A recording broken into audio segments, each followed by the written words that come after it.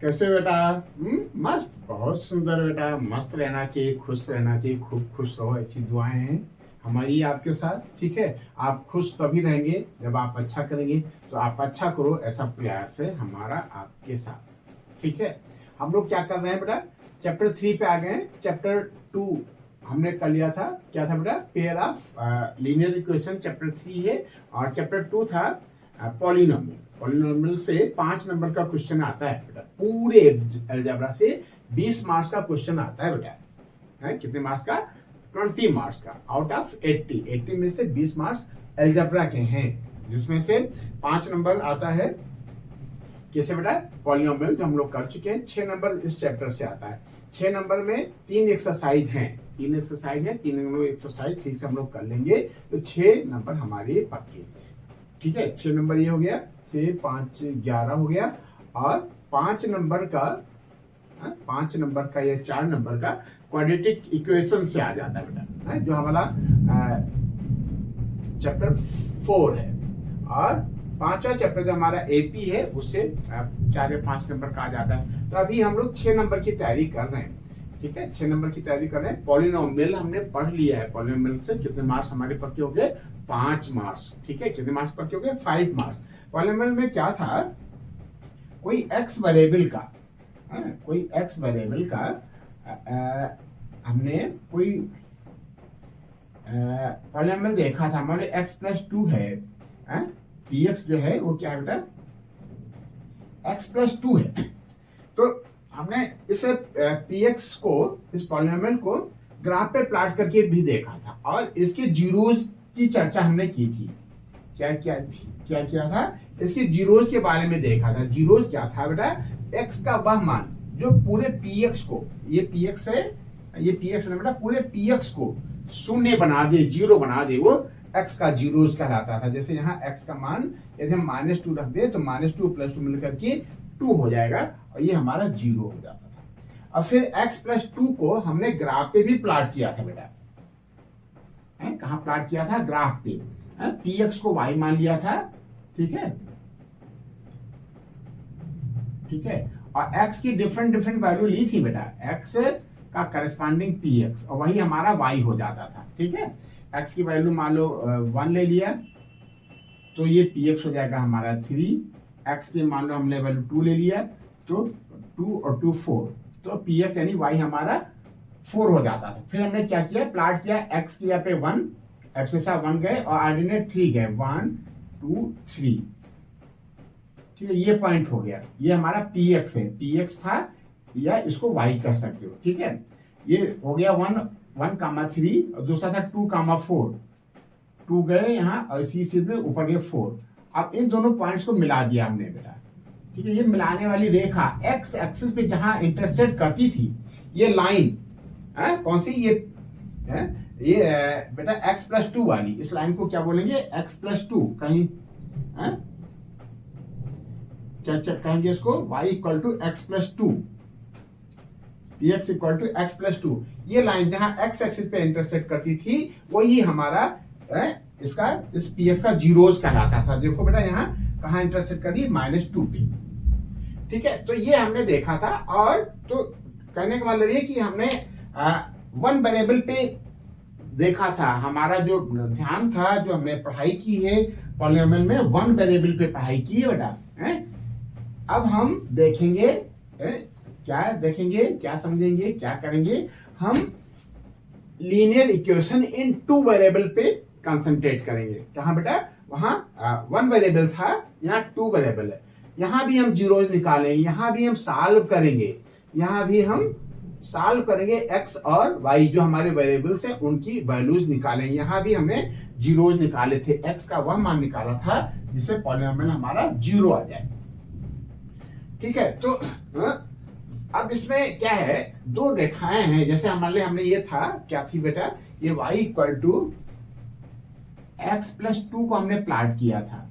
इसको आप ऐसे भी कर सकते हो, -x + y = 2, या इधर लिया इसको -x + y - 2 = 0, या x - y + 2 = 0। इस लाइन को हमने प्लॉट किया था। ठीक है, अभी हमने क्या किया, x minus Y plus two को प्लॉट किया था, x minus Y plus two equal to 0। अब हम ये एक इक्वेशन है, अब हम इसके पेयर पे बात करेंगे बेटा कि दो पेयर हैं उनका सोल्यूशन क्या होगा। तो जैसे वहां एक लाइन थी तो हमने कह दिया था कि एक्स एक्सिस पे जहां इंटरसेक्ट करती है उस इंटरसेक्टिंग पॉइंट का जो एब्सिसा है वह एक्स की वैल्यू है, जो एब्सिसा है वो एक्स की वैल्यू है। ऐसे ही बेटा हम, अच्छा यहाँ ये px को हमने y लिया था, इसलिए px की जगह पे हमने y लिखा हुआ है, ठीक है, यहाँ आप कंफ्यूज ना होना। वहां जो है था बेटा वन वेरिएबल ही था, ठीक है। ये px की तरीके से बिहेव कर रहा है बेटा, ये px की तरीके से बिहेव कर रहा है। अब यहाँ जो हम लोग पढ़ेंगे बेटा वो दो वेरिएबल की बात करेंगे। जैसे एक इक्वेशन हमारी ये दे रखी है बेटा x minus two Y equal to 0, और एक इक्वेशन दे रखी है 3x plus 4y minus 20 equal to 0। अच्छा, ग्राफ प्लॉट करना तो हम जानते हैं बेटा, 9th में भी हमने पढ़ा और पॉलिनोमियल में भी हमने एक दो ग्राफ प्लॉट किए हैं, ठीक है। तो यदि मान लीजिए इस ग्राफ को हम इस लाइन पे, इस ग्राफ पे प्लॉट करते हैं, इस लाइन का को हम ग्राफ पे, इस ग्राफ पे प्लॉट करते हैं और इस लाइन को प्लॉट करते हैं, तो बेटा दो लाइनें बनेंगी बेटा, यहाँ दो लाइनें बनेंगी, ठीक है। अब वो लाइनें क्या होंगी, ठीक है, वो सिचुएशन पे डिपेंड करता है। लाइनें कैसी हो सकती है, लाइनें तो बहुत तरीके की हो सकती है बेटा। क्या लाइनें हो सकती हैं, एक तो लाइनें ये है कि दोनों पैरेलल चली जाए, एक दूसरे को इंटरसेक्ट ही ना करें, और दूसरी है कि एक लाइन ये जा रही है और दूसरी लाइन भी इसी को ओवरलैप करते हुए इसी को कंटिन्यू कर दे, ठीक है। दो सिचुएशन हो गए ना बेटा। और एक सिचुएशन है कि एक लाइन ये जा रही है, एक लाइन ये जा रही है, एक इंटरसेक्टिंग पॉइंट है। तीन सिचुएशन है बेटा, ठीक है। खैर इन सिचुएशंस को हम कैसे बात करेंगे, यदि हम इसको ग्राफ पे प्लॉट कर लेते हैं तो हमको पता चल जाएगा कि लाइनें क्या हैं, कोइंसाइडेंट हैं कि इंटरसेक्टिंग है कि पैरेलल है। ये तो ग्राफ करने प्लॉट करने पे पता चलेगा, लेकिन एक ट्रिक ऐसी भी है बेटा, एक तरीका ऐसे भी है कि यदि हम इनको लाइंस को स्टैंडर्ड फॉर्म में लिख लें, किसमें लिख लें बेटा, जनरल फॉर्म में। किस फॉर्म में, जनरल फॉर्म में। जनरल फॉर्म क्या होता है, linear equation in two variable का जनरल फॉर्म क्या होता है बेटा, जनरल फॉर्म है, जनरल फॉर्म में बेटा a1x, क्योंकि पेयर है ना तो दो की बात करेंगे, a1x plus b1y plus c1 equal to 0। एक इक्वेशन ये हो गई, और दूसरा इक्वेशन हो गई a2x plus b2y plus c2 equal to 0। ये हो गया जनरल फॉर्म। जनरल फॉर्म में लिख रहे हैं, और फिर इनके जो कोफिशिएंट हैं, ये क्या बेटा, x का कोफिशिएंट a1 है, यहाँ x का कोफिशिएंट a2 है, यहाँ y का कोफिशिएंट b1 है, यहाँ y का कोफिशिएंट b2, यहाँ जो कांस्टेंट है वो c1 है, यहाँ कांस्टेंट जो है वो c2 है। बात समझ रहे हो बेटा कि नहीं समझ रहे हो। और यदि हम इनके कोफिशिएंट को, कांस्टेंट को कंपेयर कर ले, उनके रेशियो को कंपेयर कर लें, तो कुछ कुछ चीजें हैं उनको यदि हम दिमाग में बिठा लें तो हम तुरंत बता देंगे कि बेटा ये लाइनें क्या हैं, क्या बेटा, अभी हम लिखे नहीं, इसमें हमको लिखना है क्या है, लाइनें कोइंसाइडेंट हैं या इंटरसेक्टिंग है या पैरेलल है, ठीक है। अब देखो बेटा, यदि a1 और a2 का रेशियो a1 अपान a2 यदि नॉट इक्वल टू आ जाए b1 अपान b2 के, तब हमको और कुछ चेक ही नहीं करना है, हम तुरंत समझ जाएंगे कि वो लाइनें क्या हैं, लाइनें क्या हैं, इंटरसेक्टिंग है। हम c1 c2 की बात ही नहीं करेंगे। ये दो कोफिशिएंट, पहले लाइन का x का कोफिशिएंट और दूसरी लाइन का x का कोफिशिएंट का रेशियो, पहली लाइन का y का कोफिशिएंट और दूसरी लाइन का y का कोफिशिएंट यदि का रेशियो इक्वल है a1 upon a2 equal to b1 upon b2, तो ये क्या है बेटा, लाइनें नॉट इक्वल है, तो क्या है, क्या है बेटा, इंटरसेक्टिंग लाइन्स। बात समझ पाए। और यदि a1 upon a2 by chance equal आ जाए b1 अपान b2 के, तब हम c1 और c2 की भी हम का रेशियो चेक कर लेंगे। बाई चांस ये आ गया, दोनों इक्वल आ गए, तब हम C1 और C2 को भी चेक करेंगे। अब C1 और C2 क्या हो सकता है, या तो इनके इक्वल हो सकता है या इनके इक्वल नहीं हो सकता है। यदि बाई चांस ये दोनों रेशियो तो इक्वल है, लेकिन ये रेशियो इक्वल नहीं, कौन सा, C1 C2 का, तो ये क्या हो जाएगा बेटा, पैरेलल लाइंस हो जाएंगी। ठीक है, ये क्या हो जाएंगी, इंटरसेक्टिंग।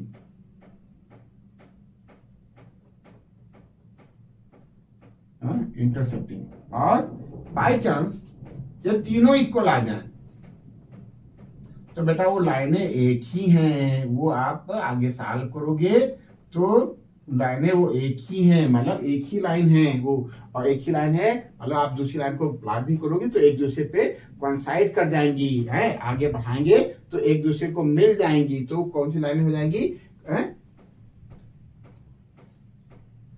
कोइंसाइडेंट।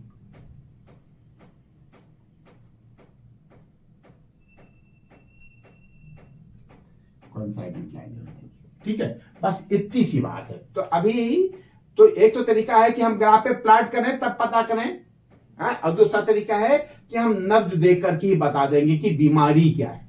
क्यों, बहुत सारे डॉक्टर होते हैं एक्सपर्ट, हैं, आप बैठे सामने बता देंगे, हाँ, बिना डायग्नोज कराए बता देंगे कि हाँ हाँ ये प्रॉब्लम है।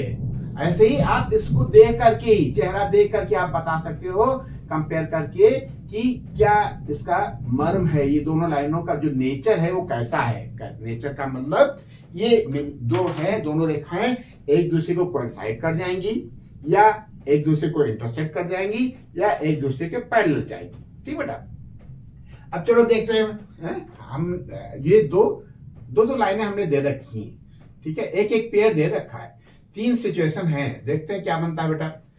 अब से कंपेयर हमको इससे करना पड़ेगा, जो हमारा जनरल फॉर्म है, A1x plus B1y plus C1 equal to 0। अब देखो बेटा, यहां A1 की वैल्यू 1 है और A2 का वैल्यू 3 है, तो ये आ गया 1/3, और यहां B1 है -2, ठीक है, और ये है 4, तो 2 1 जा 2, 2 2 जा 4, ये नहीं आ गया -1/2। अब देख लो, अच्छा चलो लिख लेते हैं, C1 भी लिख लेते हैं। C1 यहां क्या है बेटा, 0 है, C1 0 है, ये क्या है बेटा 0 और अपान -20, ये सॉल्व करोगे तो बेटा 0 आ जाएगा। ये है हमारा 1/3 ही है, ये 1/2 है, ये क्या बेटा 0 है, हमने लिख लिया। लेकिन यहां यदि ये दोनों इक्वल नहीं आए हैं, हम कंपेयर कर रहे हैं, तो क्या पा रहे हैं कि A1/A2 not equal to B1/B2, यही हो रहा है ना बेटा। यहाँ 1/3 है, यहाँ -1/2 है, तो हम तुरंत डिसीजन पे पहुंच जाएंगे कि इनका जो ग्राफिकल रिप्रेजेंटेशन है, ग्राफ पे हम इनको रिप्रेजेंट करेंगे तो ये क्या करेंगी, नॉट इक्वल टू है ना बेटा,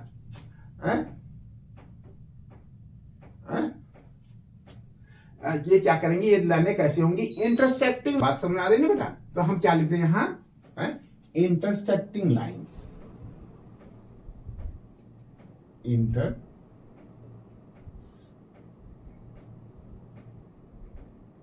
लाइंस कैसी मिलेंगी, इंटरसेक्टिंग। और एल्जेब्रिक रिप्रेजेंटेशन क्या होगा, यदि हम एल्जेब्रा से इनको सॉल्व करें, ठीक है, जो हम 3.2 3.3 में सीखेंगे एल्जेब्रा से सॉल्व करना। इस एक्सरसाइज में तो हमसे कहा भी है कि ग्राफ पे ही प्लॉट करो, ग्राफ पे ही सॉल्व करो, ठीक है, तो हम कर लेंगे, कोई बात नहीं। लेकिन जब हम एल्जेब्रा से सॉल्व करते हैं तो ये क्या आ जाएगा, 1 सॉल्यूशन आएगा, ओनली 1 सॉल्यूशन।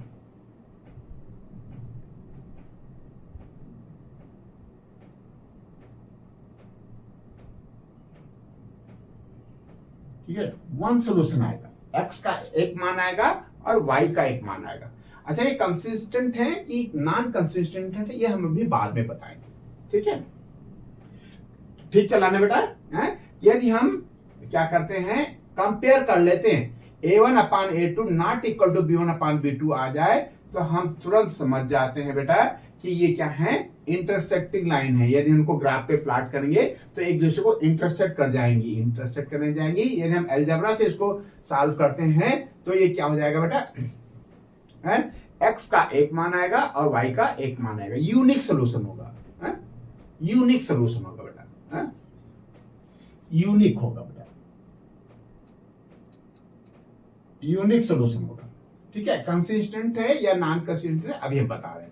ठीक है, अब फिर ये 2x दूसरे इक्वेशन पे हम चर्चा करें। यदि हम कंपेयर करें, a1 है हमारा 2/4 आ गया, a2 रिड्यूस करोगे तो 1/2 आ जाएगा। कितना आ गया बेटा? 1/2। ये 3/6, तो ये तो भैया ये भी 1/2 आ गया। क्यों? ये भी 1/2 आ गया। अब हमको थर्ड को भी देखना पड़ेगा। वेरी गुड यार, ये तो भी 1/2 आ गया, सेम साइन का, प्लस 1/2 का ही आया है। Very good. अब देखो, जब तीनों कोफिशिएंट एक हो, a1/a2 equal to b1/b2 equal to c1/c2, तब वो लाइन्स क्या हो जाती हैं? कोइंसाइड कर जाती हैं, एक दूसरे पे ओवरलैप कर जाती हैं। और जब ओवरलैप करेंगी तो एक लाइन दूसरे लाइन को बहुत सारे पॉइंट पे, मेनी पॉइंट्स पे टच करेगी, तो इसके सोल्यूशन होंगे इनफिनिटली मेनी सॉल्यूशंस होंगे। ठीक है, तो यहां कंपेयर में हम क्या लिखे? तीनों इक्वल आ गए, a1/a2 equal to b1/b2 equal to c1/c2। तो इनका जो ग्राफ पे हम प्लॉट करेंगे तो लाइनें कैसी होंगी, कैसे दिखेंगी? कोइंसाइडेंट,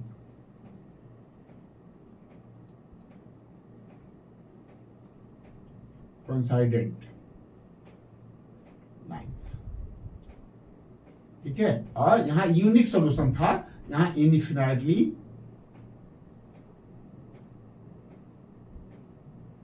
मेनी सॉल्यूशन आ गया, इनफिनिटली मेनी सॉल्यूशन।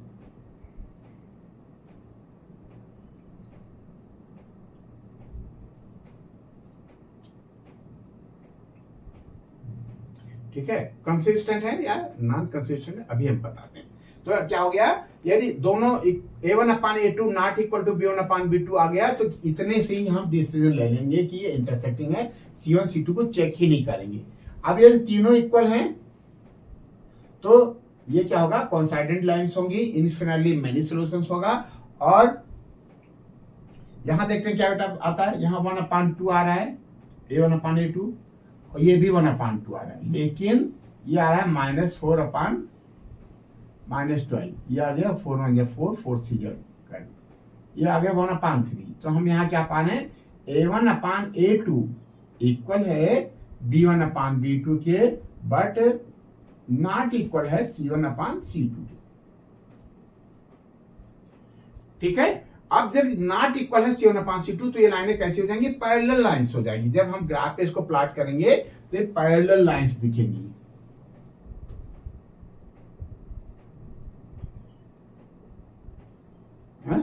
और जब चूंकि एक लाइन एक दूसरे को इंटरसेक्ट ही नहीं करेंगी तो क्या होगा बेटा? नो सॉल्यूशन होगा। अलजेब्रा से हम सॉल्व ही नहीं कर पाएंगे इसको। यहां हम क्या लिखेंगे? No solution. बात समझ पाए? ये देखो, ये चार्ट बड़े काम का है। ठीक है, और एक आध नंबर का तो इसी में से पूछ लेता है। यदि ये चार्ट आपने ठीक से समझ लिया तो आप बहुत प्यार से बता दोगे कि लाइनें क्या हैं, इंटरसेक्टिंग है, पैरेलल है या कोइंसाइडेंट है। एक वर्ड आता है कि पूछता है ये लाइनें कंसिस्टेंट है कि नॉन कंसिस्टेंट।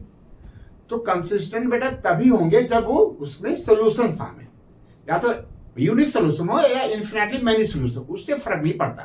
कंसिस्टेंट दो सिचुएशंस में होती है बेटा। कब? जब एक सॉल्यूशन आ जाए तभी कंसिस्टेंट है बेटा, क्या है ये? कंसिस्टेंट। ठीक है, इनफिनिटली मेनी सॉल्यूशन आता है तब भी ये कंसिस्टेंट है बेटा।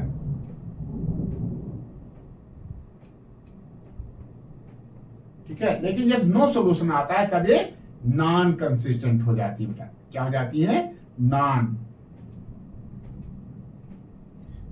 कंसिस्टेंट।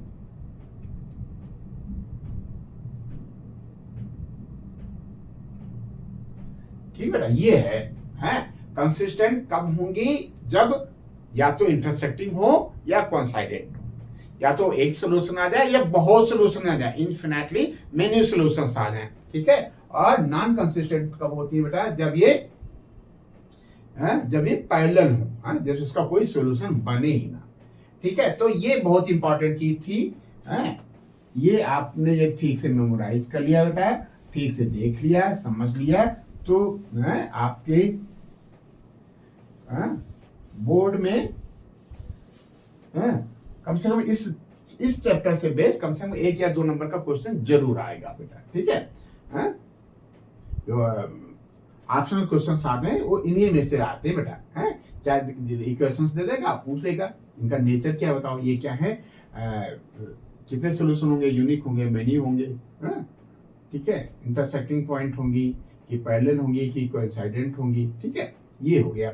अच्छा, अब देखो इस पूरे चैप्टर में, चैप्टर 3 में और चैप्टर 4 में खास बात ये है कि जो नई बात है, नई क्या कहोगे, खास बात कर लो, जो इंपॉर्टेंट बात ये है कि सिचुएशन दे रखी है, वर्ड प्रॉब्लम दे रखे होंगे, क्या दे रखे होंगे, वर्ड प्रॉब्लम, एक स्टेटमेंट दे रखा है, एक फिजिकल प्रॉब्लम दे रखा है, एक अप्लाइड मैथ दे रखा है, कि लाइफ में चीजों को कैसे, मैथ को कैसे हम अप्लाई करते हैं, उस स्टेटमेंट को हमको एल्जेब्रिक फॉर्म में प्रेजेंट करना है, एल्जेब्रिक फॉर्म में प्रेजेंट करना है, मतलब हमको इक्वेशंस बनाने हैं।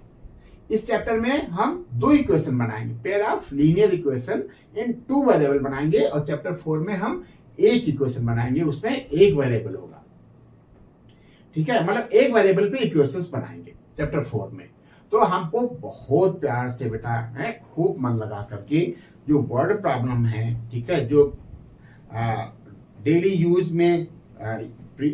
यूज में काम आने वाली प्रॉब्लम्स हैं, ठीक है, उनको कैसे हम एल्जेब्रिक फॉर्म में तैयार करते हैं, कैसे हम उसको फॉर्म करते हैं, कैसे उसको तैयार करते हैं, कैसे हम लीनियर इक्वेशन बनाते हैं, ये सीखना है।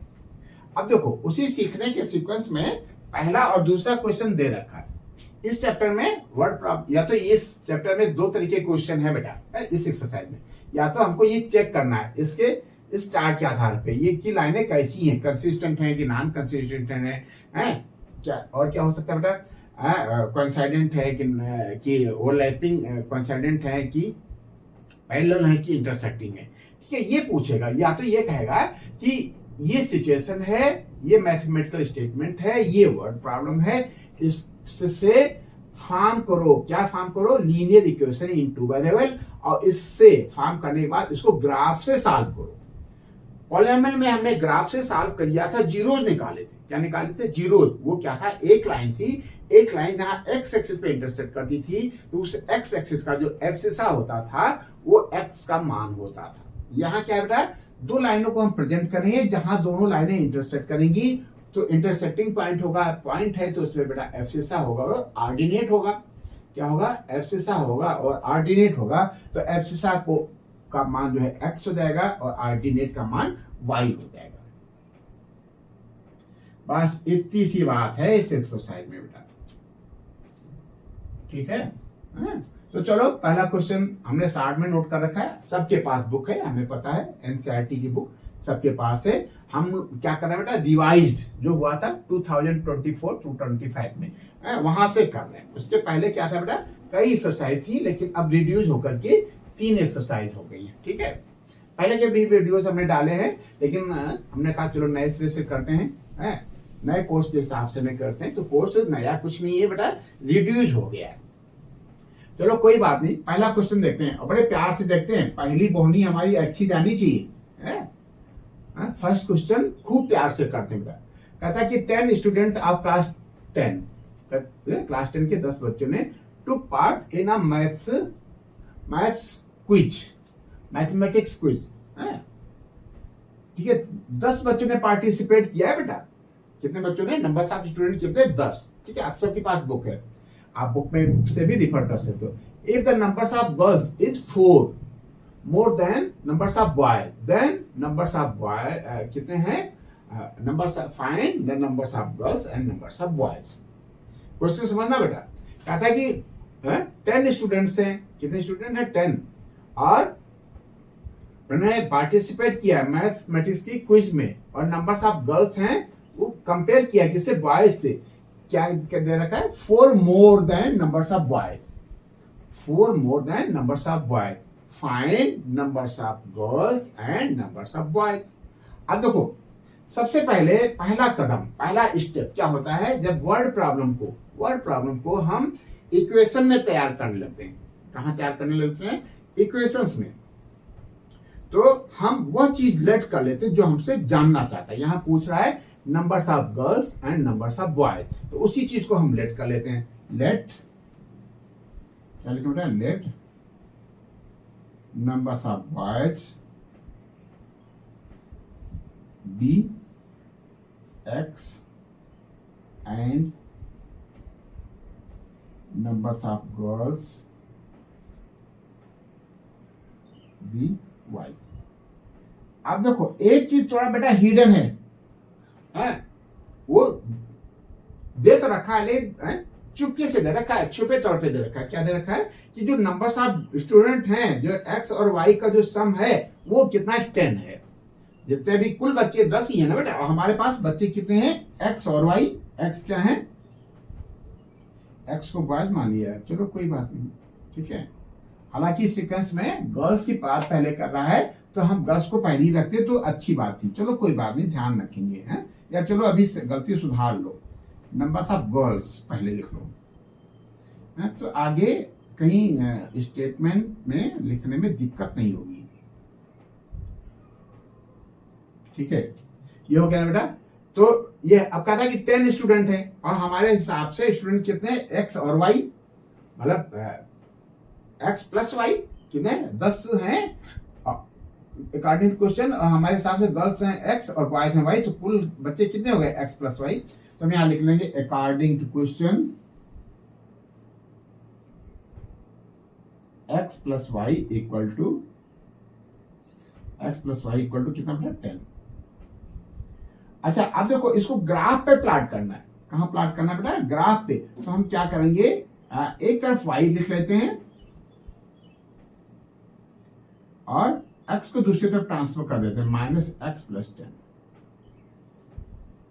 ठीक है, अब इसी के अकॉर्डिंग एक हम टेबल बना लेते हैं ना बेटा।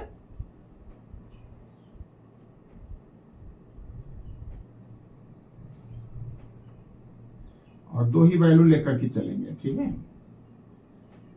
एनसीईआरटी में भी 2 ही वैल्यू लेकर के चले हैं, ठीक है। यहाँ x की वैल्यू रख दी, यहाँ y की वैल्यू रख दी, ठीक है।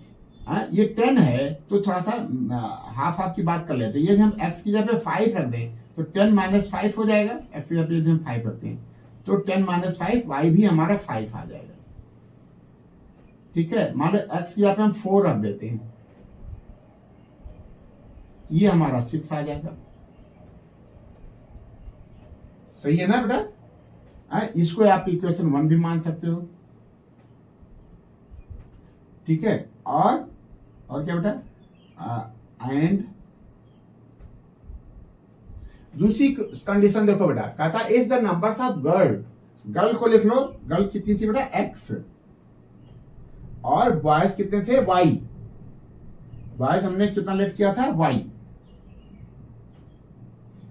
कहता है कि जो नंबर्स ऑफ गर्ल्स हैं ये हैं, जो ये गर्ल्स हैं ये 4 मोर हैं, ये 4 ज्यादा हैं। क्या बेटा? ये 4 ज्यादा हैं कंपेयर टू दिस। ये क्या बेटा? 4 ज्यादा है। तो क्या कर सकते हैं बराबर करने के लिए, इक्वल करने के लिए? ये 4 ज्यादा, तो या तो हम 4 माइनस कर दें तब ये बराबर हो जाएगा, या इसको 4 दे दें, ठीक है। अब देखो जैसे मान लीजिए आप 2 लोग हैं घर में, भाई बहन है, ठीक है। आपके पास मान लो आप बड़े हैं, आपसे छोटी बहन है या छोटा भाई, आपके पास मान लो 50 रुपए है और उसके पास मान लो 30 रुपीज है। क्यों? आपके पास 20 रुपए ज्यादा है, तो या तो हम आपसे ले लें 20 रुपए, ठीक है, तब 30 आपके पास है, 30 इसके पास है, या आपके पास 50 है, इसके पास 30, तो 20 हम इसको दे दें। तो यदि हम आपसे ले लेंगे तो आप थोड़ा सा मुंह बनाओगे, आपका चेहरा लटक जाएगा, ठीक है। लेकिन यदि हम उसको दे देंगे तो आपका पे कोई परेशानी नहीं होगी, आप खुश होगे, चलो कोई बात नहीं, हमारा तो गया नहीं, वो खुश हो जाएगा कि हमको चलो मिल गया। तो हम क्या करेंगे, इससे लेंगे नहीं है, क्या है, x जो है 4 मोर है, ये 4 ज्यादा है, तो हम इसी को दे देते हैं, इसको +4 कर दे तो दोनों इक्वल हो जाएंगे, ठीक है। अच्छा एक बात बताएं, ये टेबल आप x के बेस पे भी बना सकते हो, आप इसी को भी एक इक्वेशन बना सकते हो, ठीक है। अब टेबल बना लो बेटा।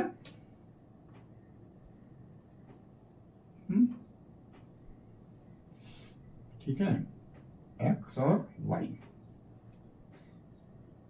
अब वाई पे निर्भर करने लगा ना, वाई यदि मान लो 0 कर दिया तो 0 + 4 हो जाएगा, या 1 रख लो, 1 रख लिया तो ये 5 हो जाएगा है, और ये 2 रख लोगे तो ये 6 हो जाएगा।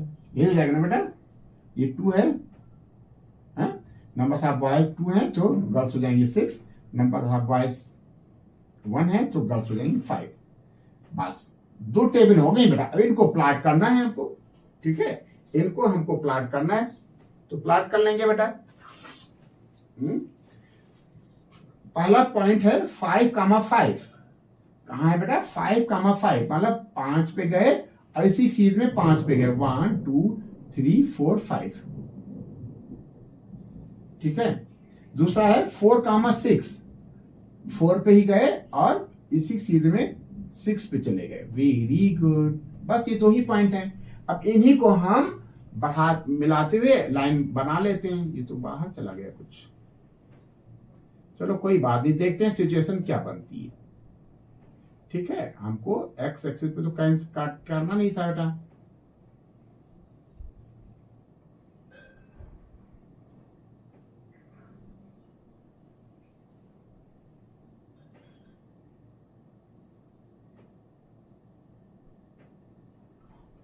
ठीक है, कुछ सिचुएशन ये बन गई बेटा। ठीक है, इसके बाद थोड़ा सा खिसक गया। ठीक है, ये कौन सी लाइन हो गई? ये लाइन हो गई x + y। ये कौन सी लाइन हो गई? x + y = 10। कहीं भी चेक कर लो, x और y का मान इसमें 10 ही आएगा। ये 8 है और ये 2 है, x की वैल्यू 8 है, y की वैल्यू 2 है, तो ये 10 आ जाएगा। यहाँ ये 7 है, ये 3, 1 2 3, कहीं भी चेक करो, किसी भी पॉइंट पे x और y का सम जो है 10 आएगा। दूसरी लाइन क्या बेटा? 5,1, 5 पे गए और इसमें 1 पे गए, और 6,2, 6 पे 2 गए। Very good. देखो इंटरसेक्टिंग पॉइंट हम लोग घबरा रहे थे ना कि कहां मिलेगा कहां मिलेगा, देखो मिल गया बेटा।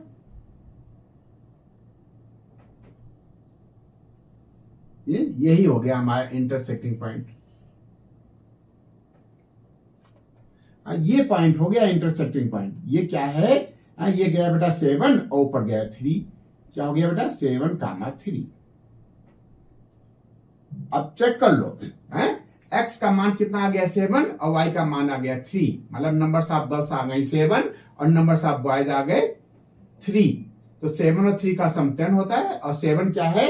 3 से 4 मोर है। लड़कियां जो है नंबर्स ऑफ गर्ल्स 3 से 4 ज्यादा है। तो क्या लिखें? According to graph,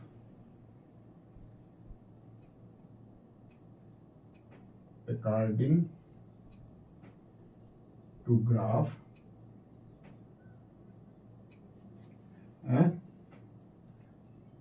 intersecting point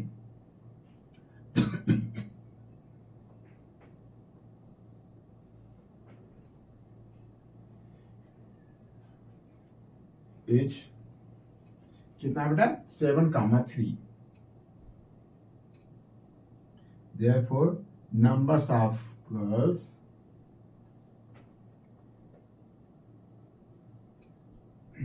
x बराबर 7। x क्या होता है? इसकी एब्सिसा होती है। And numbers of girls y = 3। ठीक है, ऑर्डिनेट y होता है। हमने y को क्या माना था? बॉयज, नंबर्स ऑफ बॉयज है बेटा ये। ठीक है, तो हमें तो पूरी उम्मीद है कि आपको कॉन्सेप्ट खूब बढ़िया क्लियर हो गया होगा कि यदि हमको ग्राफ पे प्लॉट करना है तो हम इस तरीके की सिचुएशन बनाएंगे, ऐसी ग्राफ इक्वेशन बनाएंगे। इस इक्वेशन में एक वेरिएबल को एक तरफ रखेंगे, दूसरे वेरिएबल को दूसरी तरफ ले जाएंगे और एक टेबल बना लेंगे। एक वेरिएबल ये y किस पे डिपेंड करने लगा? x पे। x की डिफरेंट वैल्यू रख करके हम करस्पॉन्डिंग y निकाल लेंगे। x का मान 5 रखा, 10 में से 5 जाएगा 5, y का मान 5 आ जाएगा। यहाँ 4 रखेंगे तो 10 में से 4 जाएगा 6 बचेगा, तो y 6 आ जाएगा। तो इस तरह के टेबल तैयार करेंगे। फिर ये पॉइंट हो गए हमारे 5,5, और ये पॉइंट हो गया 4,6। यहां से पॉइंट क्या हो गया बेटा, एक पॉइंट है 5,5 जो हमको प्लॉट करना है, दूसरा पॉइंट है 4,6, ये हमने प्लॉट किया 5,5 4,6, और यहां प्लॉट किया 5,1, दूसरी लाइन पे 5,1 और 6,2, और जहां ये इंटरसेक्ट किए उसका इंटरसेक्टिंग पॉइंट आ गया 7,3। देखो बेटा 7 आए और ये 3 गए, ठीक है। तो ये एब्सिसा एक्स हो गया हमारा 7 और ऑर्डिनेट हो गया 3। तो नंबर्स ऑफ गर्ल्स हो गई 7 और नंबर्स ऑफ बॉयज हो गए 3। चलो बहुत सुंदर बेटा, पहला क्वेश्चन का पहला पार्ट आपने किया, ठीक है। बस ये ही मेन था बेटा। ये आपने चीजें ठीक से समझ ली हैं तो कोई दिक्कत आपको आने वाली नहीं है बेटा, ठीक है। एक क्वेश्चन और कर लेते हैं, ग्राफ पे, ठीक है। ग्राफ पे ही इसका सेकंड पार्ट भी कर लेते हैं। सेकंड पार्ट है ना, कहता कि 5 pencils and 7 pen together cost, दोनों की एक साथ जो कास्ट है वो कितने बेटा, ₹50 है। देखो ये स्टेटमेंट है, ये मैथमेटिकल स्टेटमेंट है, ये एक वर्ड प्रॉब्लम है, ये एक सिचुएशन है। इस सिचुएशन को हमको लीनियर इक्वेशन इन 2 वेरिएबल्स में फॉर्म करना है, फिर उसको ग्राफ से सॉल्व करना है। ये कैसा ऐसा कह रहा है वो, तो ठीक है बेटा हम कर लेंगे। कहता find cost of 1 pencil and 1 pen. हमने कहा था पहला कदम हमारा ये था, पहला स्टेप ये था वर्ड प्रॉब्लम के लिए कि जो हमसे पूछ रहा है, जो हमसे लेट कर रहा है, जो हमसे जानना चाह रहा है उसी को हम लेट करें, ठीक बेटा। तो हम क्या लिखें, लेट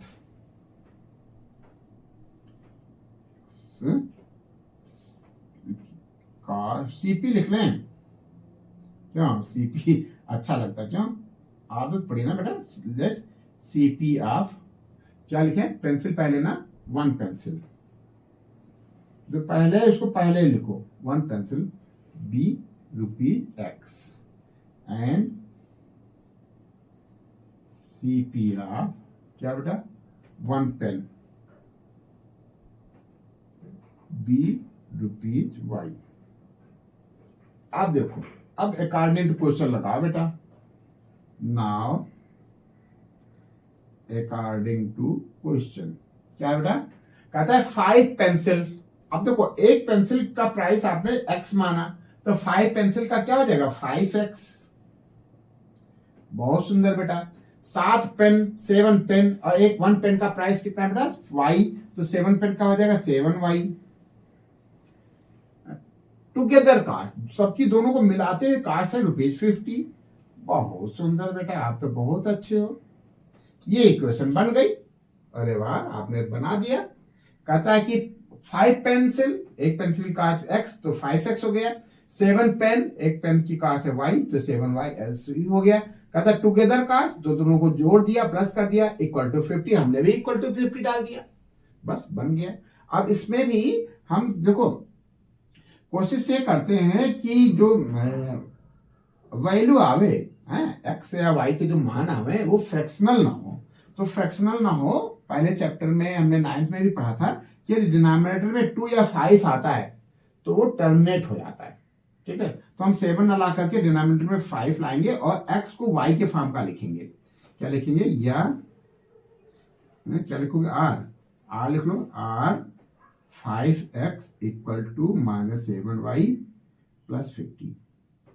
अब देखो हम 7y को इधर रख करके 5x को उधर ट्रांसफर कर सकते थे, तब y का मान आता अपान 7 में, और यहां x का मान आ रहा है बेटा, x का मान आ रहा है -7y प्लस 50 अपान 5, ठीक है। और यदि हम नीचे 7 रखते तो ये बेटा टर्मिनेट नहीं होता, फ्रैक्शन में आता, मजा आता नहीं, और हमको मजा लेना है, ठीक है। बढ़िया प्यार से करना है, क्यों वहां कीचड़ में धंस जाए जा करके हैं। हम बढ़िया साफ सुथरा चलेंगे, ठीक है, मजा लेते हुए। तो क्या करें, अब देखो मजा और बढ़िया लेना है तो हम y की वैल्यू 0 रख देते हैं। टेबल बना लें बेटा,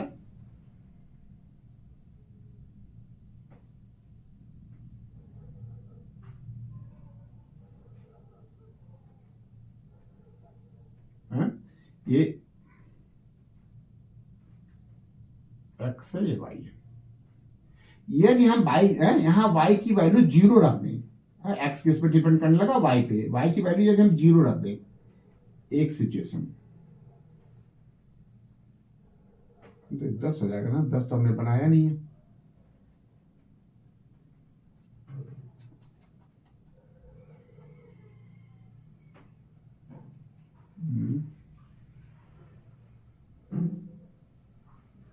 क्यों? y चलो 5 रख दो बेटा, अभी y को हम 5 रख देते हैं, ठीक है। y को यदि हम 5 रख दें तो ये कितना हो जाएगा, 35 हो जाएगा ना बेटा। x बराबर -7, y की जगह 5 ना, प्लस 50 अपान 5, तो ये कितना हो जाएगा, 35 हो जाएगा ना बेटा। 50 में से 35 चला जाएगा, 15 बचेगा, और अपान 5 ये 3 हो जाएगा, ठीक है।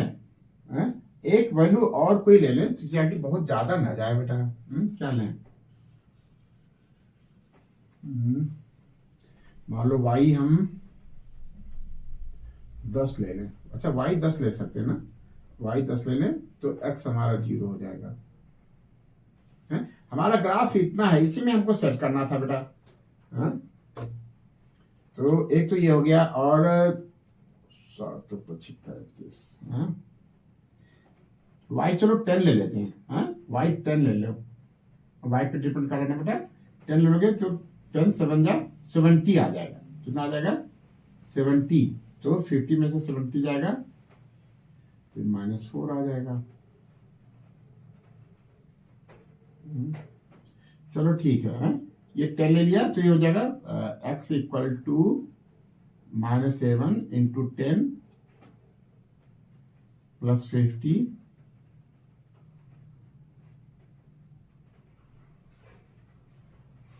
10 बहुत बड़ा हो जाएगा। चलो कोई बीच की वैल्यू ले लेते हैं, क्योंकि 5 है ना बेटा, तो 10 मिनट तो हो ही जाएगा। तो क्या ले लें? मान लो 5 ही ले लेते हैं। भाई 5 तो ले चुके हैं, 5 ले चुके हैं। मान लो 4 ले लेते हैं। x equal to -7 into 4 plus 50 upon 5।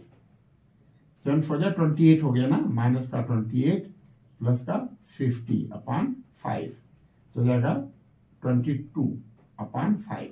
ये होगा ना बेटा, 22 अपान 5, ये हो जाएगा 5 चौको 20, 2 5 5 चौको 20, 4.4 आया। अच्छा, ठीक से जज नहीं कर मिलेगा ना कि 4.4 आएगा कहाँ, तो चलो ठीक है, हम वही ले लेते हैं। ठीक है बेटा, इसमें कोई नर्वस होने की बात नहीं। एग्जैक्ट हम कोशिश ये कर रहे हैं कि पूरा पूरा आ जाए। अच्छा, मिड में आता 0.5 आ जाता तो चलो मिड में ले लेते, लेकिन 0.4 को जज करने में दिक्कत होगी। हम प्रैक्टिकल बात बता रहे हैं, ठीक है। हमको अभी कोई भी लाइन ड्रा करके आगे बढ़ जाना होता तो हम बढ़ जाते हैं, लेकिन ये चीज प्रैक्टिकल आप जब कॉपी पे प्लॉट करोगे तब आएगी, ठीक है। हमारे पास स्पेस कम है, लेकिन आप स्पेस मैनेज करते हुए चल सकते हो, ठीक है। तो हम क्या करें, यहाँ वही ले लेते हैं, y इक्वल टू 10 ले लिया, 10, ठीक है। तो ये 70 आ जाएगा, -70, तो 50 में से -70 जाएगा -20, तो ये हो जाएगा -4। ठीक है, चलो इसको प्लॉट करते हैं। -4 कहाँ आएगा? -4 हमारा यहां आएगा, ये है ना बेटा -4, -1 -2 -3 -4, ये पॉइंट -4 का। और 10 हमारा ये, इसको थोड़ा सा और बढ़ा देते हैं बेटा, ये 10 हो गया, ये 10 हो गया, ठीक है। ये 10 है। चलो अभी प्लॉट करते हैं, तो चलो प्लॉट ही कर लेते हैं। 3,5, ये 3 हो गया, और 5 जाना है बेटा, 1 2 3 4 5, ये हो गया 3,5। दूसरा है -4, ये ऐसी चीज में 10, तो 1, ये सब मिक्स हो जाएगा ना बेटा, तो इसको हम रफ किए दे रहे हैं थोड़ा।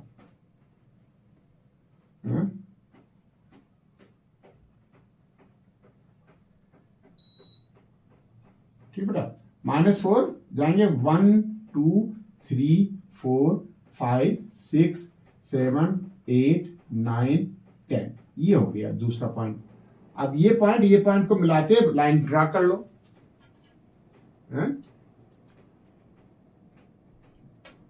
बिल्कुल प्रैक्टिकल हम लोग कर रहे हैं, ठीक है, ताकि मैं आपको जब खुद प्रैक्टिस करो तो आपको दिक्कत ना हो।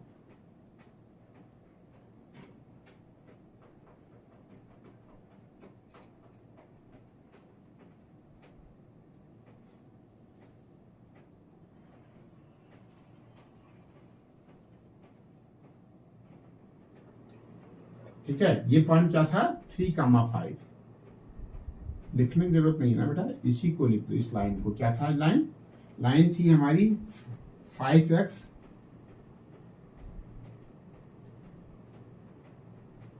+ 7y = 50। ठीक है, अब दूसरी लाइन प्लॉट करते हैं। ये बात समझ आ गई ना, थोड़ा सा समय लग गया, कोई बात नहीं, हमने प्रैक्टिकल अप्रोच रखा है इसको। ठीक है, प्रैक्टिकल अप्रोच रखा है, जब आप प्रैक्टिस करोगे तब जितना समय लगेगा उतना ही समय हमने आपको दिया है। हम डायरेक्ट कुछ करके आगे बढ़ नहीं गए, ठीक है, हमने आपका साथ दिया है, आपके फेवर में ही हमने काम किया है। ठीक है, अब एक कंडीशन हो गई थी, अभी एक ही क्वेश्चन बनी है, एक ही क्वेश्चन और बनाना है। अकॉर्डिंग टू सेकंड कंडीशन लिख सकते हो, अकॉर्डिंग टू सेकंड कंडीशन। यहां क्या बेटा, कहता है 5 पेन 7 पेंसिल। पेंसिल को पहले कहा है, हम लोगों ने भी पेंसिल को x माना था, तो 7 पेंसिल की कास्ट कितनी हो जाएगी 7x, 5 पेन इसकी हो जाएगी 5y, इसकी टुगेदर कास्ट है 46।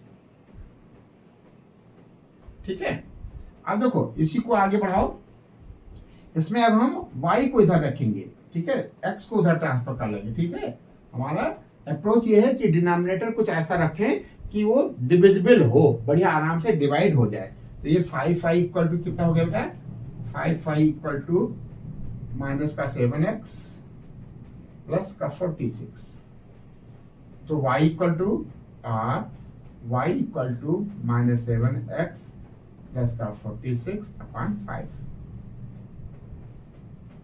अब इसके लिए भी टेबल बनाओ भैया।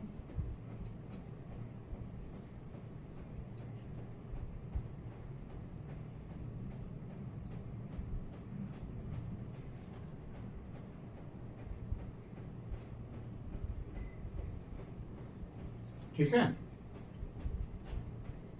क्या बेटा सही चल रहा है ना?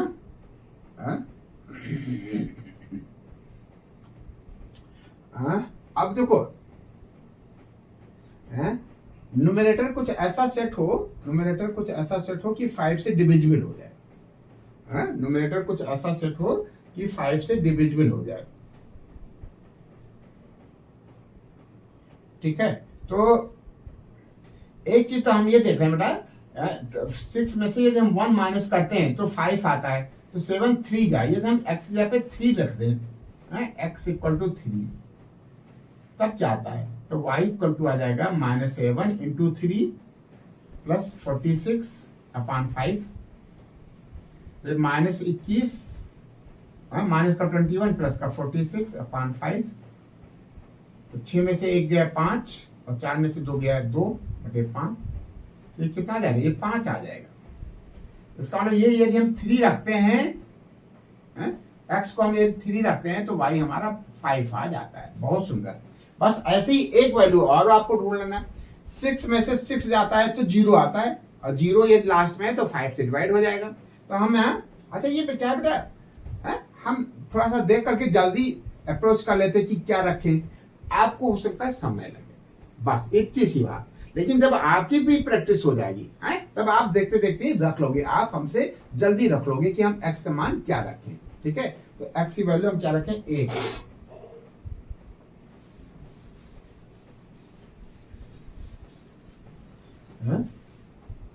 x की जगह पे 8 रखते हैं, तो -7 इंटू 8 प्लस 46/5, 8 से 56 माइनस का 56, 56 प्लस का 46/5, माइनस का 10/5, माइनस का 2 आ गया।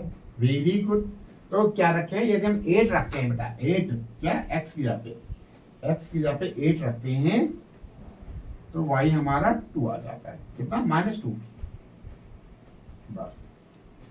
बस इतनी सी बात है, एक टेबल हमारी और बन गई है, चेक भी कर सकते हो, यहां रख दो 8 8 से 56 और -10 46 आ गया।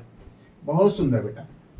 पहला पॉइंट क्या है, 3,5, इसमें पॉइंट्स क्या बने, 3,5 एंड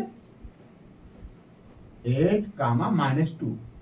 यहाँ पॉइंट क्या है बेटा, इसका तुमने प्लॉट ही कर लिया ना बेटा, 3,5 वहां भी, 3,5 वहां है, वेरी गुड। तो यही इंटरसेक्टिंग पॉइंट हो गया 3,5 और दूसरा 8, -2, 8 चलो यहां हो गया, अब -2 नीचे आ जाएगा ना, ये 1 है, ये -2 है, ये 8, -2 हो गया।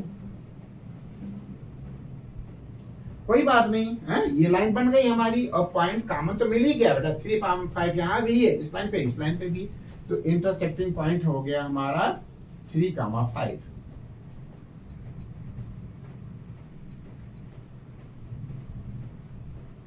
ग्राफ में थोड़ा सा समय लगता है और हमने जानबूझ के समय दिया भी है, ठीक है, हमने जानबूझ के समय दिया। क्यों जानबूझ के क्यों समय दिया, इसलिए दिया कि बेटा हम लोग अभी एग्जामिनेशन हॉल में नहीं बैठे हैं, परीक्षा के बाहर हैं, तो प्रैक्टिकल अप्रोच क्या आता है, क्या क्या समस्याएं आती है ग्राफ को प्लॉट करने में, ठीक है। बच्चे घबराते हैं, थोड़ा सा कैसा काम है बेटा, कंसंट्रेशन वाला काम है, न्यारसी काम है बेटा, ठीक है, इसमें आलस की जरूरत नहीं है, न्यारसी बोलते ना देहात में, न्यारसी, इसमें मतलब बिना आलस के काम करते रहो, ठीक है। तो ये हो गया बेटा, ये लाइन कौन सी है, ये लाइन है हमारा 7x + 5y = 46। अच्छा, इंटरसेक्टिंग पॉइंट हमारा क्या गया, 3,5। अब चेक कर लो बेटा, पेंसिल का प्राइस है 3 रुपीज और किसका बेटा, y किसका है, पेन का, ये पेन का है 5 रुपए, चेक कर लो। 3 पेंसिल का है ₹3, तो 3 5 जा 15 और ये 5 7 जा 35, तो 15 और 35 मिलकर 50 हो जाएगा बेटा। 3 आया ना बेटा, तो यहाँ 15 आ जाएगा और नहीं ये 21 आ जाएगा। 1 पेंसिल का 3 रुपीज है, तो 7 पेंसिल का 21 हो गया और 5 पेन 15 मिलाकर के 46 दे रखा है, वेरी गुड। यही हमारा आंसर आ गया। तो अब इसको लिखना पड़ेगा, अभी हमने लिखा नहीं ना कहीं, तो अब इसको रफ कर देते हैं, फिर लिख देते हैं। कैसे लिखा था हमने, according to figure, according to graph, क्या लिखें, according to graph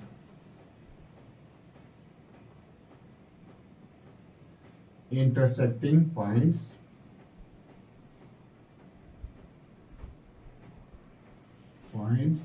intersecting point is कितना बेटा, 3,5। therefore CP of 1 pencil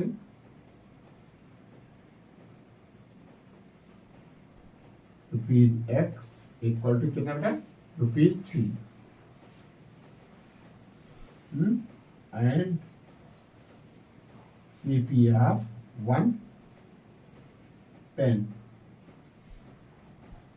₹y equal to ₹5।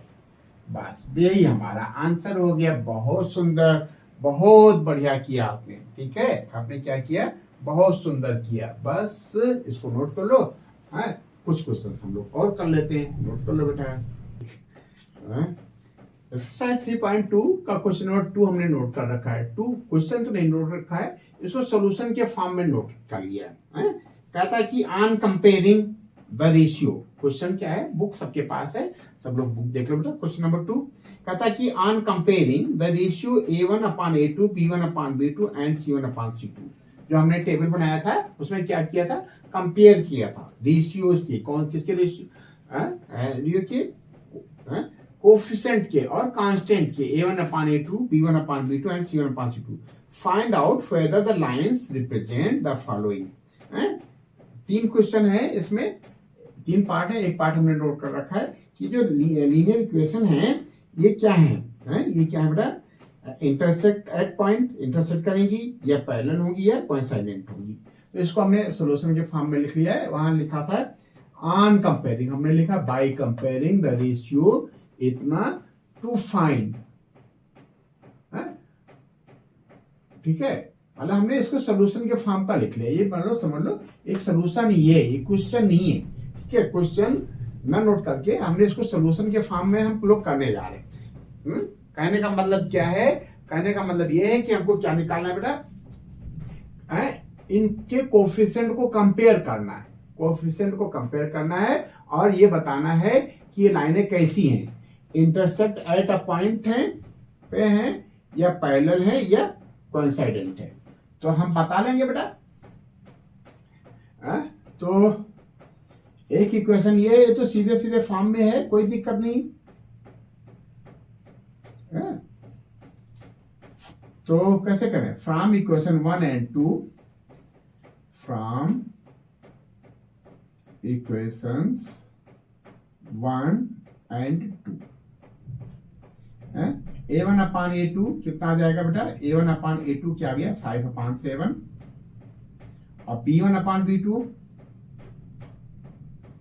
कितना आ जाएगा बेटा -4 कामा 6, इसको रिड्यूस कर लो, 2 2 जा 4, 2 3 जा 6, ये कितना आ गया बेटा -2 अपान 3। अब चेक कर लो बेटा, क्या A1 अपान A2 आया है 5 अपान 7, B1 अपान B2 आया है -2 अपान 3। तो क्या लिखेंगे, अब आगे हम C1 और C2 को चेक ही नहीं करेंगे, यदि this not equal to this आ जाए बस हम डिसीजन तुरंत लेंगे, खड़े खड़े डिसीजन ले लिया क्या कि ये क्या है बेटा, इंटरसेक्टिंग लाइंस है। कैसी है बेटा ये, इंटरसेक्ट एट अ पॉइंट। तो क्या लिखे बेटा, since A1 upon A2 not equal to B1 upon B2, therefore given pair of linear equation, लिखने में कसर ना छोड़ो बेटा, पूरा लिखो, पेयर ऑफ लीनियर इक्वेशन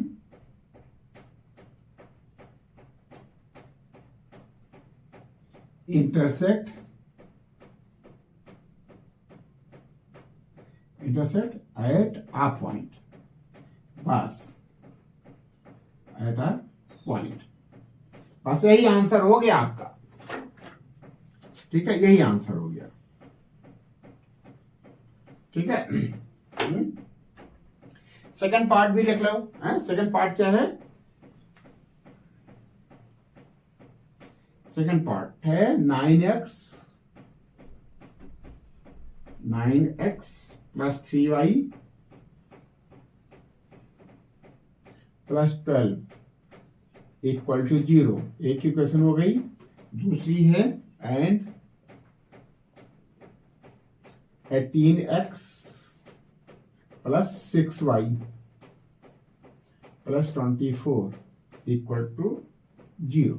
अब देखो बेटा दो बातें, क्या ये क्वेश्चन एक मार्क्स में आ रहा है, 1 मार्क्स में, तो हम देख रहे हैं बेटा कि यहां रेशियो 1/2 आ रहा है, 9/18 1/2 आ जाएगा, यहाँ भी 1/2 आ जाएगा, यहाँ भी 1/2 आ जाएगा। तो हम तुरंत डिसीजन ले लेंगे कि ये लाइनें क्या है, कोइंसाइडेंट है। कैसे बेटा लाइनें, ये कोइंसाइडेंट है, कैसे बेटा कोइंसाइडेंट है। लेकिन यदि थोड़ा सा बड़ा है या अभी हम जो कर रहे हैं तो थोड़ा सा डिटेल कर लेंगे, पूरा डिटेल से लिख लेंगे। क्या लिखें, फ्रॉम above equations, क्या लिखें बेटा, from above equations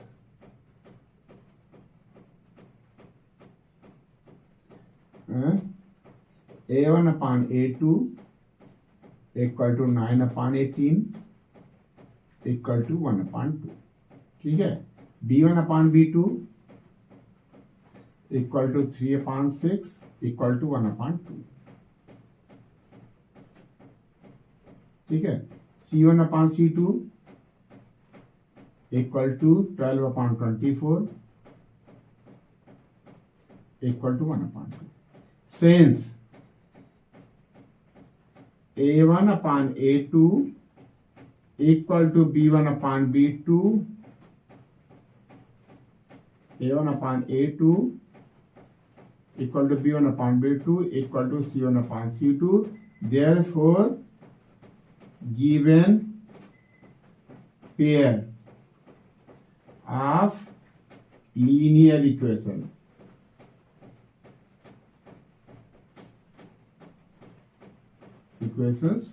are coincident.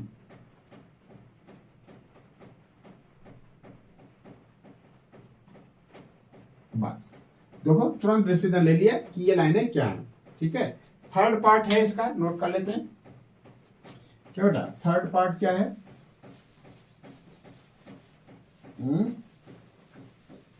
Third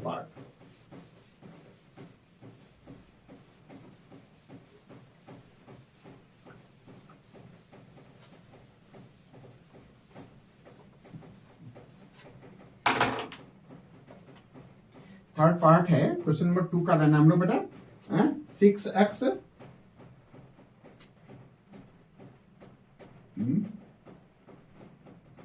क्या बेटा 6x क्या है 6x - 3y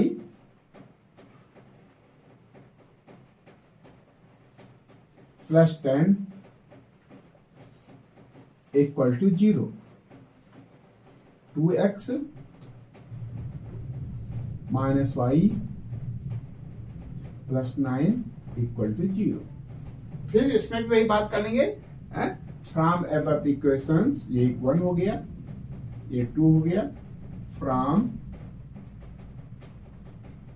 अबव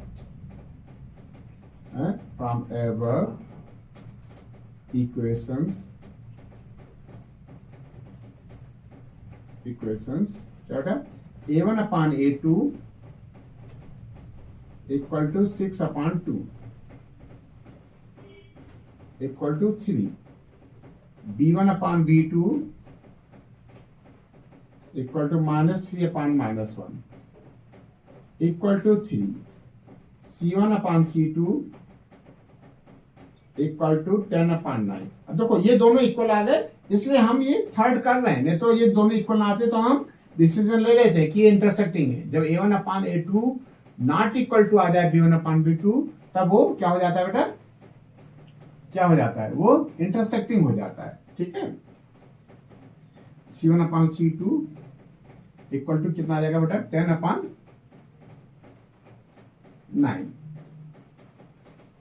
ठीक है, देखो since A1/A2 equal to B1/B2 not equal to C1/C2, therefore pair of linear equation या given लिख लो, given pair of linear equation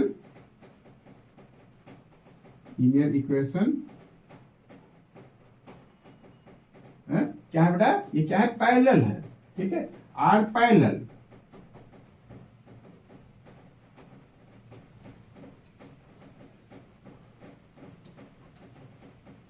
एक आर होता। ठीक है बेटा, क्लियर हो गया ना बेटा? बस इतनी सी बात है। एक क्वेश्चन नंबर 2 खत्म हो गया। थर्ड भी कुछ इसी तरीके से, क्वेश्चन नंबर 3 इसमें क्या बताता है, कंसिस्टेंट या इनकंसिस्टेंट।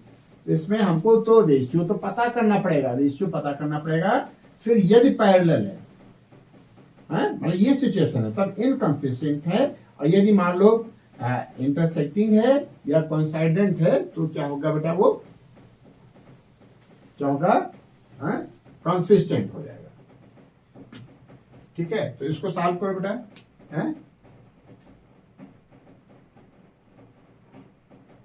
तो क्या लिखें,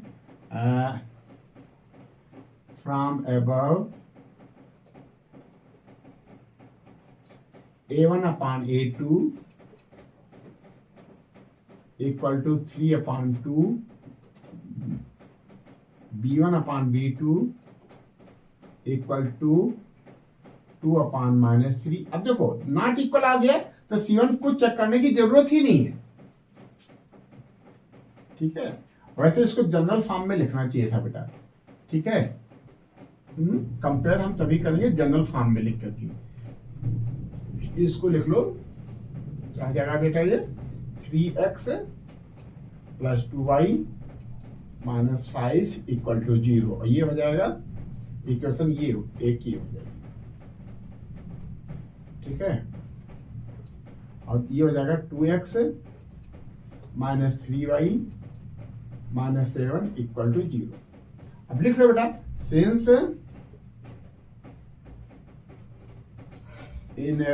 since a1 upon a2 not equal to b1 upon b2, therefore given lines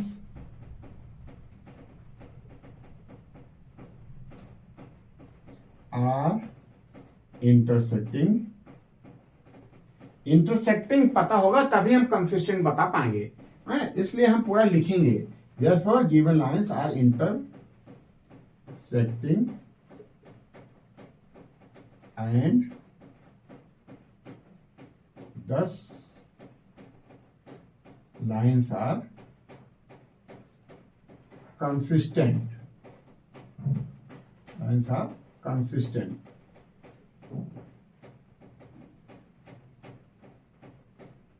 ठीक है, ये हो गया बेटा, लाइंस कैसी हो गई, कंसिस्टेंट हो गई। तो एक पार्ट तो आपका हो गया। सेकंड पार्ट क्या है बेटा, सेकंड पार्ट क्वेश्चन नंबर 3 का बेटा। सेकंड पार्ट है, सेकंड पार्ट क्या है, 2x minus 3y, 2x minus 3y equal to 8, और क्या बेटा, ठीक है। तो इसको थोड़ा सा इधर स्टैंडर्ड फॉर्म में कर लेते हैं, इसी को r करके 2x माइनस 3y माइनस 8। अच्छी आदत डालो, ठीक है, करने को उधर से भी कर सकते हो इमेजिन करके, लेकिन हमको इमेजिन नहीं करना, हमको सीधे सीधे फॉर्म में लिखना है। कौन सा फॉर्म, जनरल फॉर्म। कौन सा फॉर्म, स्टैंडर्ड फॉर्म। क्या है वो, a1x plus b1y plus c1 equal to 0। सारे टर्म्स एक तरफ, दूसरी तरफ 0, ठीक है। तो ये 8 को भी हमको इधर लाना है, एक ही हो गया। एंड क्या है, 2x वाला हो गया ना, 6x माइनस 9, क्या 4x minus 6y equal to 9। इसी को, इसको भी इधर कर लो, r 4x minus 6y minus 9 equal to 0। बहुत सुंदर बेटा, ये हो गया सेकेंड पार्ट, ठीक है। अब क्या करें, क्या करना है, सॉल्व थ्रू करना है, कंपेयर करना है रेशियोज की, रेशियोज के कंपेयर करके क्या करना है, कंसिस्टेंट और इनकंसिस्टेंट बताना है। तो कंपेयर करके तो पहले हमको ये पता करना पड़ेगा कि इंटरसेक्टिंग है कि कोइंसाइडेंट है, ठीक है, या पैरेलल है। तो हम देखते हैं बेटा, क्या लिखें, from above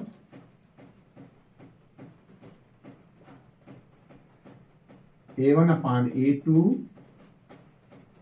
equal to 2 upon 4 equal to 1 upon 2 आ गया। अब b1 upon b2 equal to minus 3 upon minus 6, यही है ना बेटा, इक्वल टू ये भी 1 upon 2 आ जाएगा, ठीक है। अब c1 c2 को भी कंपेयर करना पड़ेगा, c1 upon c2 equal to minus 8 upon minus 9। ये प्लस तो बन जाएगा लेकिन इक्वल नहीं आया, तो लिखेंगे सिंस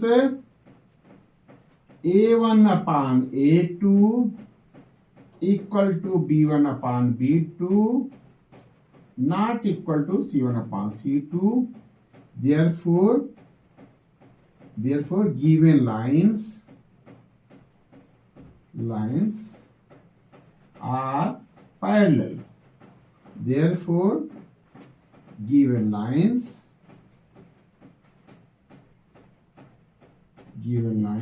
are इनकंसिस्टेंट। पैरेलल है तो इनकंसिस्टेंट, वैल्यूज ही नहीं आएंगी, जीरो, क्या उसका सोल्यूशन नहीं आ पाएगा। सोल्यूशन नहीं आता है तो इनकंसिस्टेंट होते हैं, सोल्यूशन आता है तो कंसिस्टेंट होते हैं। भले ही बहुत सारे सोल्यूशन आ जाए, चाहे एक सोल्यूशन आवे यूनिक हो, चाहे इनफिनिटली मैनी सोल्यूशन हो, गिवन लाइंस आर इनकंसिस्टेंट।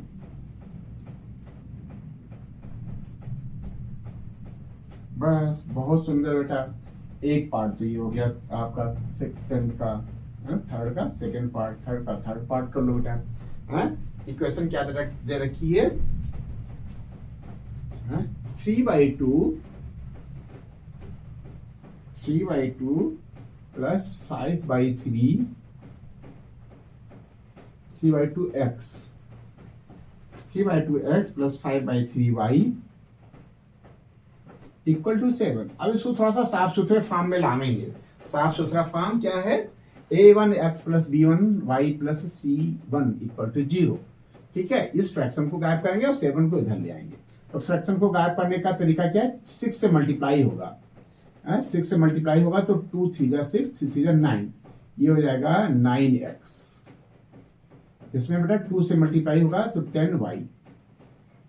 देख लेना बेटा, 6 से करो ना तो 3 2 जा 6, 2 5 जा 10 और 2 3 जा 6 और 3 3 जा 9।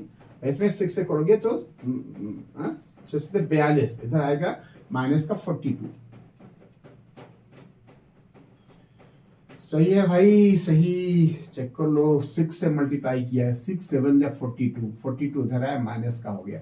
6 से किया 3 2 जा 6, 2 5 जा 10, 6 से किया 2 3 जा 6, 3 3 जा 9। ये हो गई इक्वेशन 1। ठीक है, अगली इक्वेशन क्या है? थर्ड पार्ट ये ना बेटा, देखिए रहना, ये तो बना बनाया दे दिया है। क्या है? 9x minus 10y। अरे वाह। और चलो डायरेक्ट लिख लेते, -14 इक्वल टू 0। 14 उधर था, ठीक है, हमने एक लाइन आगे स्किप कर गए हैं, इसको इधर ले आए। अब बाय कंपेयरिंग अबव, क्या लिखें? फ्रॉम अबव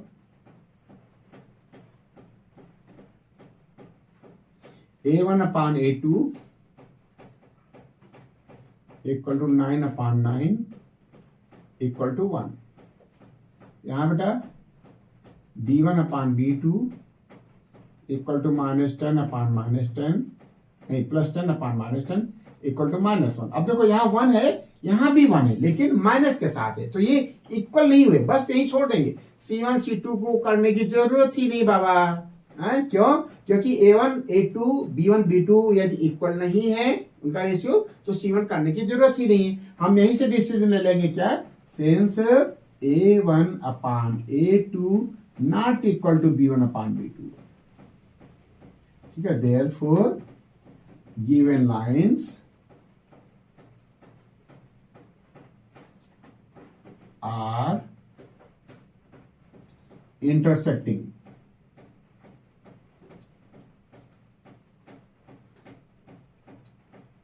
ठीक है, इंटरसेक्टिंग मतलब unique solution. Therefore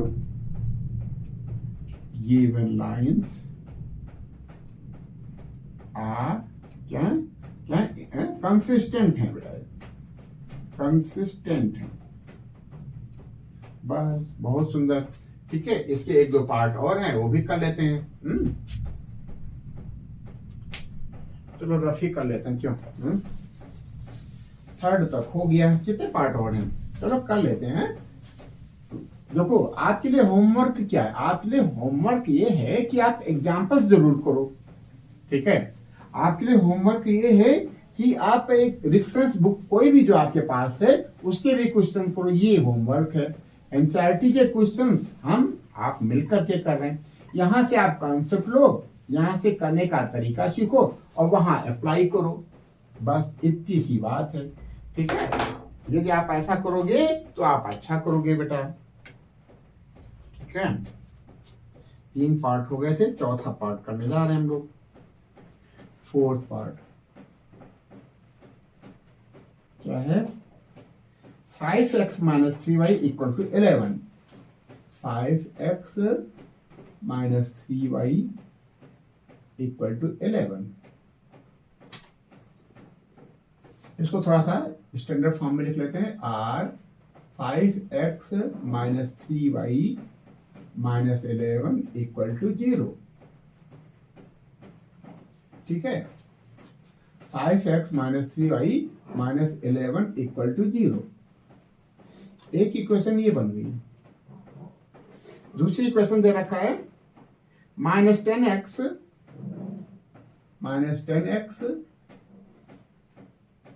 plus 6y equal to -22। इधर ले आओ, r -10x प्लस 6y प्लस 22 इक्वल टू 0। यही है ना बेटा, -10x प्लस 6y प्लस 22। और ये क्या है, 5x minus 3y minus 11 equal to 0। ठीक है, वेरी गुड है, बस ठीक है। अब देखो कंपेयर कर लेते हैं by comparing above, from above क्या बेटा, a1 upon a2 equal to 5 upon -10। Solve करोगे तो आ जाएगा माइनस का 1/2। ठीक है, b1 अपान b2 -3 अपान 6। ये भी आ गया बेटा माइनस का 1/2। दोनों इक्वल आ गए तो थर्ड भी करने की जरूरत है। अरे यार ये भी आ गया, c1 upon c2 equal to -11/22। क्यों, ये भी आ गया -1/2। क्यों, सही चला ना बेटा। अब देखो क्या तीनों रेशियो सेम है, तो ये क्या कैसी लाइनें हो जाएंगी, ये दो लाइनें नहीं है, एक ही लाइन है, कोइंसाइडेंट है। इनफिनिटली मेनी सॉल्यूशंस आएगा, इनफिनिटली मेनी सॉल्यूशंस है। इट्स मींस ये क्या है, कंसिस्टेंट है। Since a1 upon a2 equal to b1 upon b2 equal to c1 upon c2, therefore given pair are coincident. Thus given pair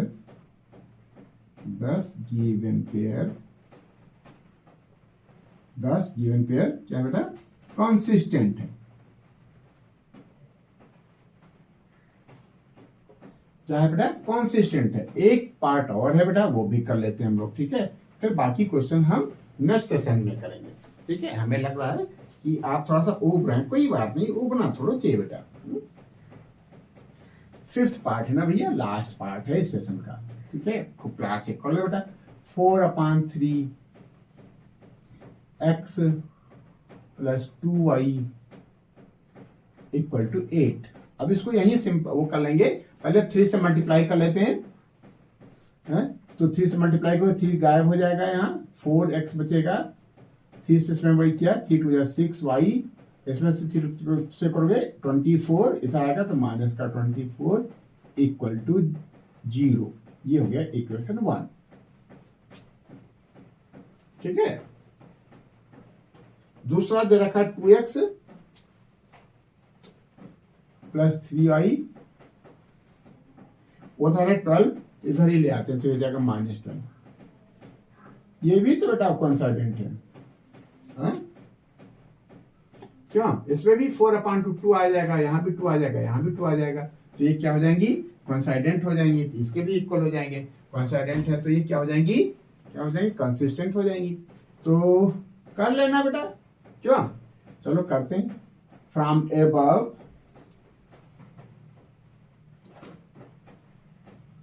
a1 upon a2 equal to 4/2 equal to 2, b1 upon b2 equal to 6/3 equal to 2, c1 upon c2 equal to -24/12 equal to 2, ठीक है। Since a1 upon a2 equal to b1 upon b2 equal to c1 upon c2.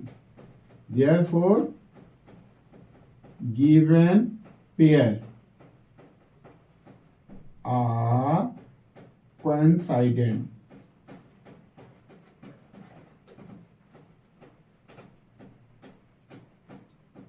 कंसर्जेंट and consistent.